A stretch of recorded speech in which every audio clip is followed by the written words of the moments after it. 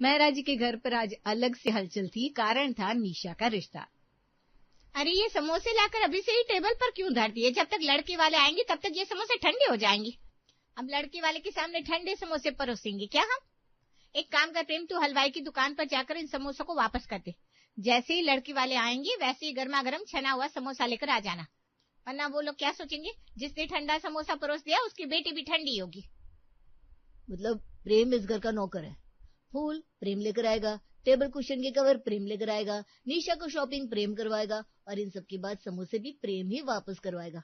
अरे पापा को भी कुछ बोल दो, मम्मी सब मैं ही करूँ क्या? जैसे कि मैं तो यहाँ फिजूल खड़ा हूँ।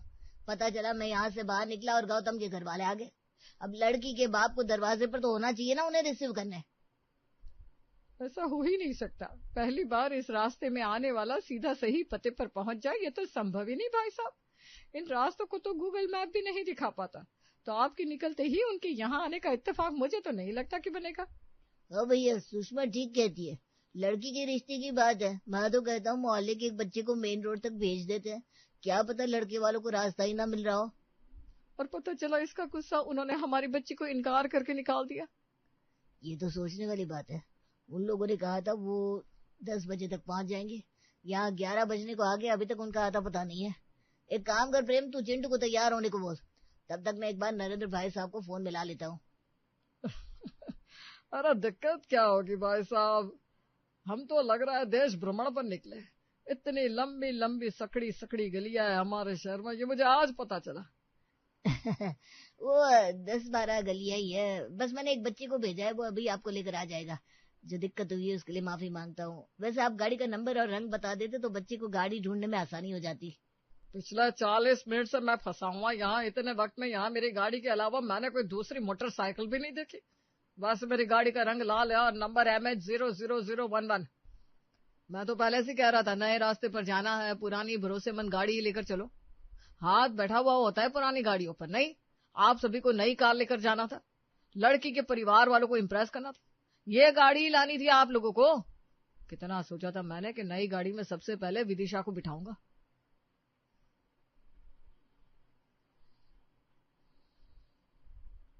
अरे निर्मल भैया, कहाँ ठोक दी गाड़ी आपने? डेंट तो नहीं आ गया? तुम्हें गाड़ी की पड़ी है, वो तो हम बच गए। अभी अगर गहरी चोट में आ गई होती इस गाड़ी की तरह, तुम सभी को लाल कर देते हम।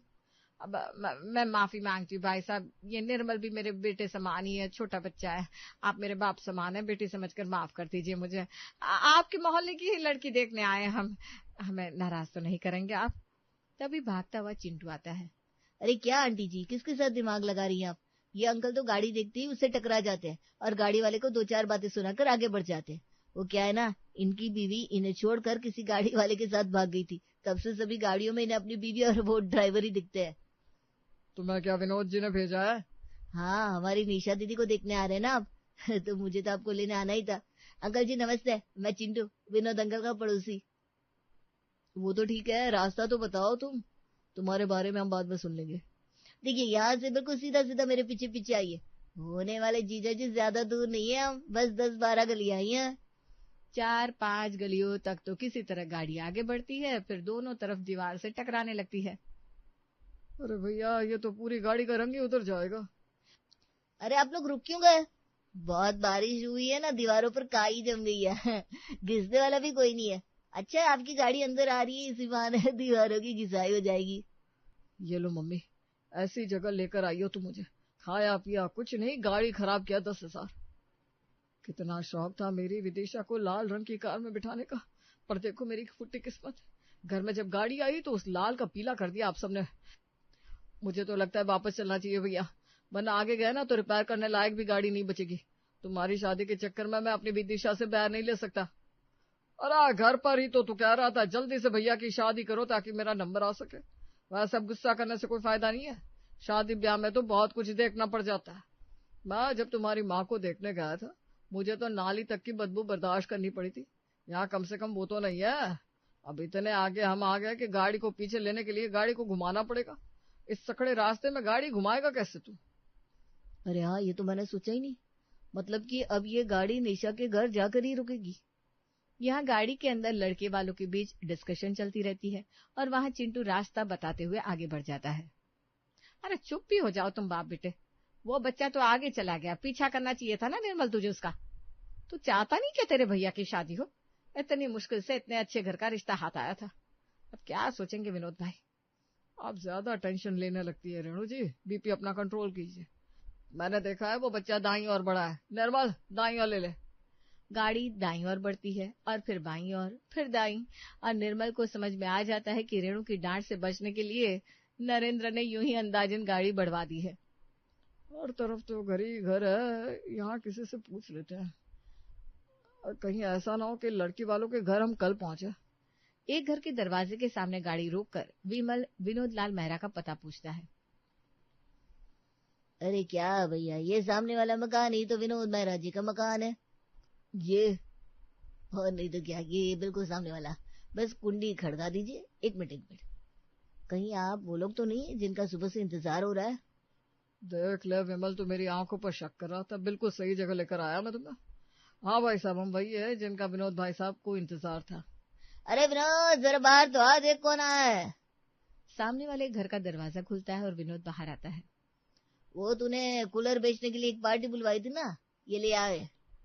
नहीं, लगता है कोई गलत फहमी हुई है। मैं विनोद लाल मेहरा का मकान ढूंढ रहा हूँ, जिनका कपड़ों का कारोबार है, कबाड़ी का नहीं। अरे वो जिनकी मूछें हैं। ये तो फंसाने वाली बात कह दी भाई साहब आपने। यहाँ 5 विनोद मेहरा है, जिनमें से 2 को कपड़े का काम है। वो क्या है ना, हमारे जमाने में विनोद जी की पिक्चर के लोग इतने दीवाने थे कि हर घर में एक विनोद मिल जाए। आपको कौन सा विनोद चाहिए? इसी तरह 2 घंटे गलियों में बिताते बिताते फाइनली गौतम निशा के घर पहुंच जाता है। इतना सब कुछ तैयार रखने की क्या जरूरत थी ज्योति जी? हम आपकी बेटी को देखने आए हैं, खुद की खातिरदारी करवाने थोड़ी ना आए हैं।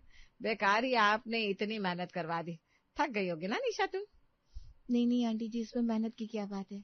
ये नाश्ता तो प्रेम बाहर से लेकर आया है और मम्मी ने टेबल पर लगा दिया। मैंने तो कुछ भी नहीं किया सुबह से।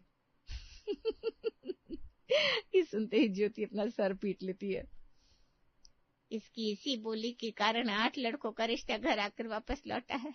अगर ये 9वां रिश्ता भी लौट गया ना तो गलियों में मुंह दिखाने लायक नहीं बचेंगे हम। ज्योति खुद ही खुद में बड़बड़ा रही थी और इत्तेफाकन उसके पास खड़ा सौरभ उसकी बातें सुन लेता है और फौरन अपनी माँ को बता देता है। देख लो मम्मी, ये है असलियत इस घर की।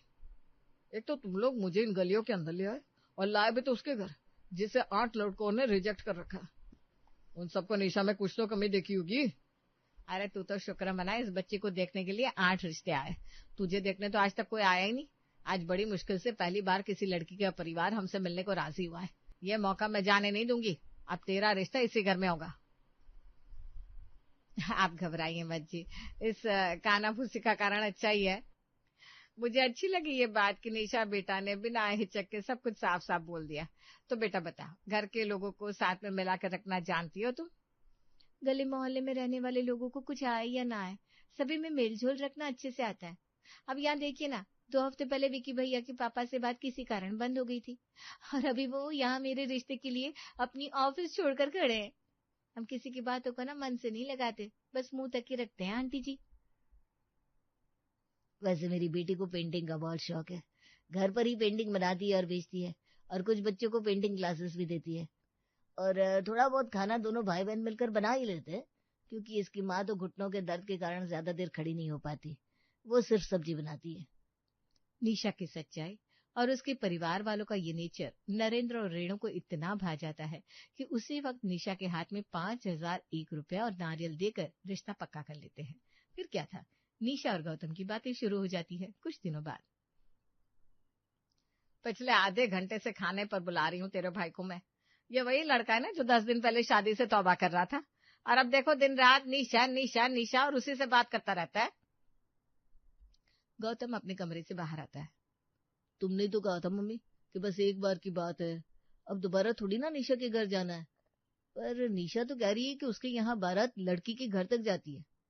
अरे बाबा रे, ये क्या बोल रहे हो भैया? आपकी गाड़ी पहले ही खराब हो चुकी है। जिन गलियों में गाड़ी नहीं जा पा रही थी, उस पे घोड़े पर बैठकर कैसे जाओगे आप? दोनों तरफ नाली है, अगर नाले में गिर गई घोड़ी तो मैं तो कहता हूँ रिश्ता ही तोड़ दो। अरे यार बस बस बस, तुम दोनों तो घोड़े पर सवार हो जाते हो। मैं बात करता हूँ विनोद भाई साहब से, कह दूंगा बारात में आने को 100-200 लोग तैयार बैठे हैं, पर इतनी पतली गलियों में आना मुश्किल हो जाएगा, तो किसी रिसोर्ट में शादी कर लेते हैं, खर्चा हम दे देंगे। ये हुई ना बात। पापा ठीक है, वो निशा मेरा वेट कर रही होगी, हम बाहर जा रहे हैं।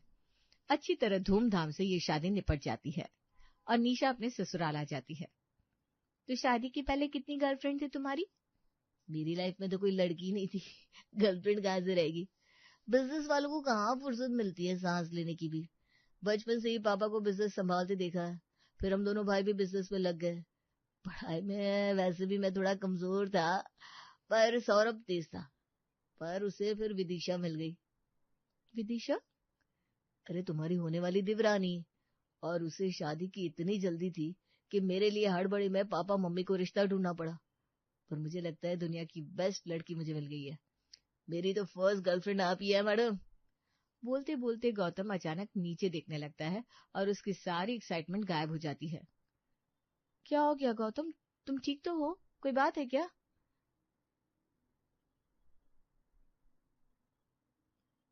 तुमसे मिले तो यूं मुझे 1 महीना ही हुआ है, पर लगता नहीं कि अब 1 मिनट भी तुम्हारे बिना मैं रह पाऊंगा। तुम मुझे छोड़कर कभी मत जाना Nisha, I really love you. I love you too husband ji, पर जहां तक रही जाने की बात, तो जाना तो पड़ेगा मुझे, पर वापस जल्दी ही लौट आऊंगी। अरे घबरा क्यों रहे हो, शादी के बाद पग फेरी की रस्म तो पूरी करनी होगी ना। अगली सुबह सज धज कर निशा अपने कमरे से बाहर आती है। ये लीजिए भाभी, आ गई बहुरानी। भेज दीजिए गौतम को बहुरानी के साथ। 12 बजे के पहले पहले ही दोनों निकल जाए तभी अच्छा है, और 5 बजे के पहले लौट आना बहू। मैं क्यों जाऊंगा आंटी जी? मेरा मतलब है मैं कैसे जाऊंगा आंटी जी? आज तो बहुत बड़ी पार्टी आ रही है दुकान पर, तो मुझे दुकान के लिए निकलना होगा। सौरभ एक काम कर, तू लेकर चला जा अपनी भाभी को। ये कहकर गौतम फौरन दरवाजे से बाहर निकल जाता है। एक काम कर निर्मल, तू चला जा। विदिशा की मम्मी की तबीयत खराब है ना, तो मैं जा रहा हूँ। और वैसे भी मुझसे ज्यादा गाड़ी चलाने की आदत तुम्हें है, नई गाड़ी तो वैसे ही डैमेज हो चुकी है, उसे ले जा। पता चला मैं भाभी को लेकर गया और गाड़ी वाड़ी कहीं ठोक दी, और भाभी को अगर खरोच भी आ गई तो भैया तो मुझे मार ही डालेंगे। मैं क्यों? हाँ आंटी जी आप देख लीजिए ना, वैसे भी गाड़ी में जो खर्चा आया है वो 3 हिस्सों में बटा है। मुझसे भी खर्चा मांगा जा रहा है क्योंकि मैं ड्राइविंग सीट पर था। आज फिर अगर मैं गाड़ी लेकर गया और गाड़ी पर डेंट आ गया तो? ऐसे भी कुंडली में ना शनि भारी है मेरे, उस दिन वो बूढ़ा मरते मरते बचा। नहीं नहीं भैया, मैं खतरा नहीं लूंगा। अंकल जी आप। कोई ससुर बहू को मायके लेकर जाए वो भी पहली बार अच्छा लगता है क्या? और वैसे भी भाभी कह रही है कि 12 बजे तक वहां पहुंच जाना है, पर वहां की गलियां जैसी है, मुझे तो लगता है समधी जी का घर ढूंढते ढूंढते मुझे 5 बज जाएंगे, और 5 बजे तो वापस लौटना है। ये क्या कह रहे हैं आप सब लोग? अगर आप मुझे छोड़ने नहीं आएंगे तो मैं जाऊंगी कैसे? मैं आ गया बहना, मम्मी ने मुझे भेजा है, और वापस भी मैं तुझे लेकर आ जाऊंगा। मुझे पता है अंकल जी के जीजू चाहते होंगे दीदी को लेकर आना, पर वो क्या है ना, बारात भी हमारे चौखट तक आई नहीं, तो कम से कम ये रस्म तो मम्मी हमारी तरफ से ही करवाना चाह रही थी। बिल्कुल बिल्कुल बेटा, हक बनता है तुम्हारा, आराम से लेकर जाओ अपनी बहन को, और फिर शाम तक वापस छोड़ देना। पग फेरे के लिए अपने मायके जाकर निशा वापस तो लौट आती है, पर उसका मायका जाना सभी के लिए एक सवाल बन जाता है 2 महीने बाद। ये क्या बात हुई गौतम, पिछले 2 बार से मैं तुम्हें मम्मी के यहाँ चलने को कह रही हूँ, पर तुम मुझे लेकर ही नहीं जा रहे हो। आज तो मुझे जाना ही है, कल पापा का बर्थडे है, प्रेम यहाँ है भी नहीं कि मुझे आकर ले जाए, और मैं अगर तुम्हारे घर पर रह सकती हूँ तो तुम मेरे घर पर क्यों नहीं आ सकते? देखो पहली बार जब तुम्हें देखने आया था ना, तो 15,000 के ऊपर का खर्चा मेरी गाड़ी पर आ गया था। अब अपनी गाड़ी को और जख्म नहीं दे सकता मैं। वैसे भी वहां रास्ते मिलते कहाँ हैं, गूगल मैप भी रास्ता नहीं बता पाता वहां तो। अरे तो मैं साथ में रहूंगी ना, मुझे तो रास्ता पता है अपने घर का। अरे हाँ याद आया निशा, वो पापा का फोन आया था, दुकान निकलता हूँ, तुम अपने देवर को लेकर चले जाना। पति देवर के पास भेज देता है, देवर देवरानी का नाम लेकर ड्राइवर के पास भेज देता है, ड्राइवर डरा हुआ बैठा रहता है, पापा जी के हाथ तो पहले ही खड़े रहते। ऐसे तो मैं कभी अपने मायके नहीं जा पाऊंगी। ये कोई बात हुई भला? मम्मी जी कहाँ हैं आप? चिढ़ती हुई निशा अपनी सास के पास जाती है। बात तो तेरी बिल्कुल सही है बहू, कोई गलत जिद भी नहीं कर रही है तू, मायके जाना तो सभी का हक होता है, पर तेरे मायके एक बार जाकर हम सब दहशत में है बेटा। मुझे तो गाड़ी चलानी आती नहीं, वरना एक बार मैं जरूर कोशिश भी कर लेती। तो मैं जा रही हूँ मम्मी जी, ओला लेकर चली जाऊंगी। नाराज होकर निशा ओला में बैठ जाती है और अपने मायके के लिए निकल जाती है। अरे भैया, मेरा घर पीछे छूट गया, ये आगे कहाँ आ गए आप? उन गलियों में घुस कर जाना है आपको क्या दीदी? यहाँ रहकर भी आपको इस रास्ते के बारे में नहीं पता? आप रुकिए, मैं आपको डायरेक्ट आपके घर तक छोड़ूंगा। बिना किसी गली में घुसाए आराम से मेन रोड के पास के एक दीवार में बने दरवाजे से ओला ड्राइवर अंदर जाता है और सीधा गाड़ी निशा के घर के बाहर रुकता है। ये कहाँ से आए तुम लोग? ये कौन सा रास्ता है? पीछे तो दीवार है ना भैया। क्या अंकल जी, पहचाना नहीं है मुझे? मैं रमेश हूँ, पहले आपके घर के पीछे ही तो रहता था। वो दीवार से सटा हुआ घर मेरा ही तो है। पहले कितनी दिक्कत होती थी, मुझे गलियों से निकलते निकलते ही ऑफिस के लिए देरी हो जाती थी। इसी में नौकरी चली गई मेरी। फिर इस दीवार में ही दरवाजा बनाकर एक नया रास्ता तैयार कर दिया मैंने। आस पास वाले भी इसी दरवाजे को यूज करते हैं। अब देखिए, किसी के अंडर नहीं हूं मैं, आराम से ओला लेकर जाता हूँ, सभी को छोड़कर आता हूँ। अब नया रास्ता मिल गया था जो कि निशा को खुद नहीं पता था। तो गौतम को अपनी बीवी को उसके मायके से लाने में क्या दिक्कत होती? जैसे ही गौतम को इस बारे में पता चलता है, वो खुद निशा को उसके मायके लेने पहुंच जाता है।